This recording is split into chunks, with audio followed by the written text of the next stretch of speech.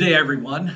I just wanted to give a little address to the campus, much like I used to do back when we were all in remote learning.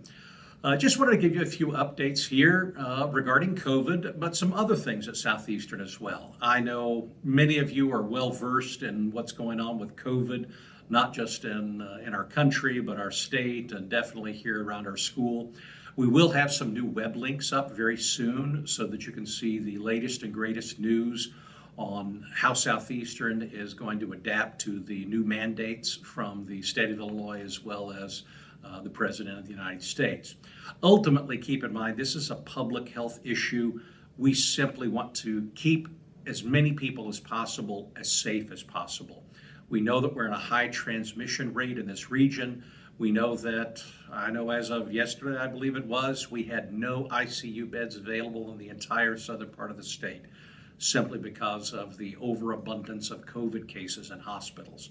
So we want to try to flatten that curve. We want to try to keep as many people safe as possible. And so I appreciate your patience and I appreciate your understanding as we all go through this process together. I know it's very easy for some folks to become cynical and perhaps even abrasive during this time of great anxiety. I get it. I feel that way myself sometimes. But what I don't want us to forget is all of the good things happening at Southeastern as well. In my report to the board coming up next week, I'll be highlighting many of those good things. For example, coming off of a very low enrollment last year, greatly because of a small freshman class and students not wanting to return to campus because of COVID and being remote. We are only about 5% down in head count as of yesterday. That's a very good number. We see more custom training coming to class or coming to campus. We're seeing many more activities and bigger classrooms. We, I think, have the highest enrollment in our advanced chemistry class than we've had since probably the 90s. So we're very excited to see the numbers coming back. Our reinvention of extracurricular activities is definitely paying off. We've seen strong numbers in bowling and archery and esports, the competitive theater teams. Volleyball has been extremely active. The basketball team going to a new division has been very successful. So we've seen a lot of those areas grow and flourish, and that also helps. And so I want to thank everyone who takes part. I know our esports team just beat a university last week and had a very strong showing yesterday. Of course, we have our traditional teams that have done so much. Our clubs are attractive to students. So all of that student life brings a freshness and a vitality to campus, and I want to thank all of you for that. Obviously, academics, that's the big attractor, and we've seen some phenomenal growth in some programs. We recently just received our Higher Learning Commission approval for our AAS in outdoor and wildlife studies. So we're very pleased by that and expect that to grow even more from where it is. And we're very pleased with the numbers now.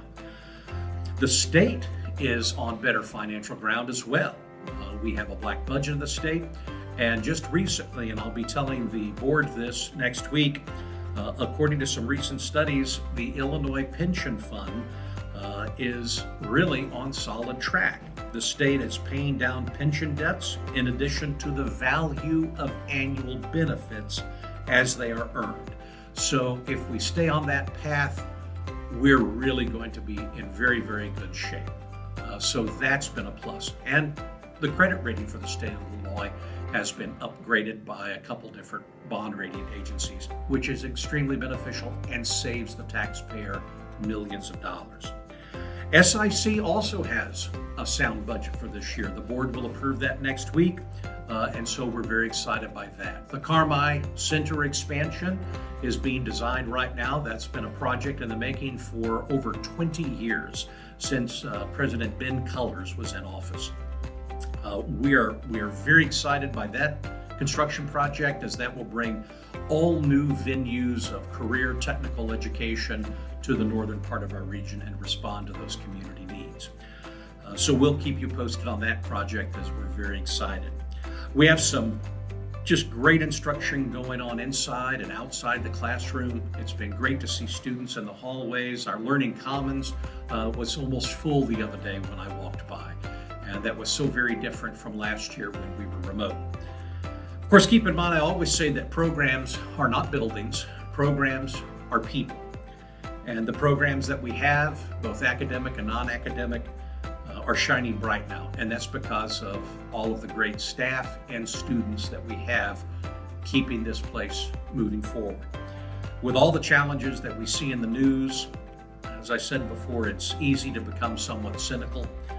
But I hope that we take time to focus on all that's good and all the positive that's happened at Southeastern all around us, and put our energy into what makes a positive difference, not only just in our college community, but truly in our nation and world as well. So I thank you for your time, and I can't wait to see what other good news I get to report later about all of you. Take care and have a good rest of your week.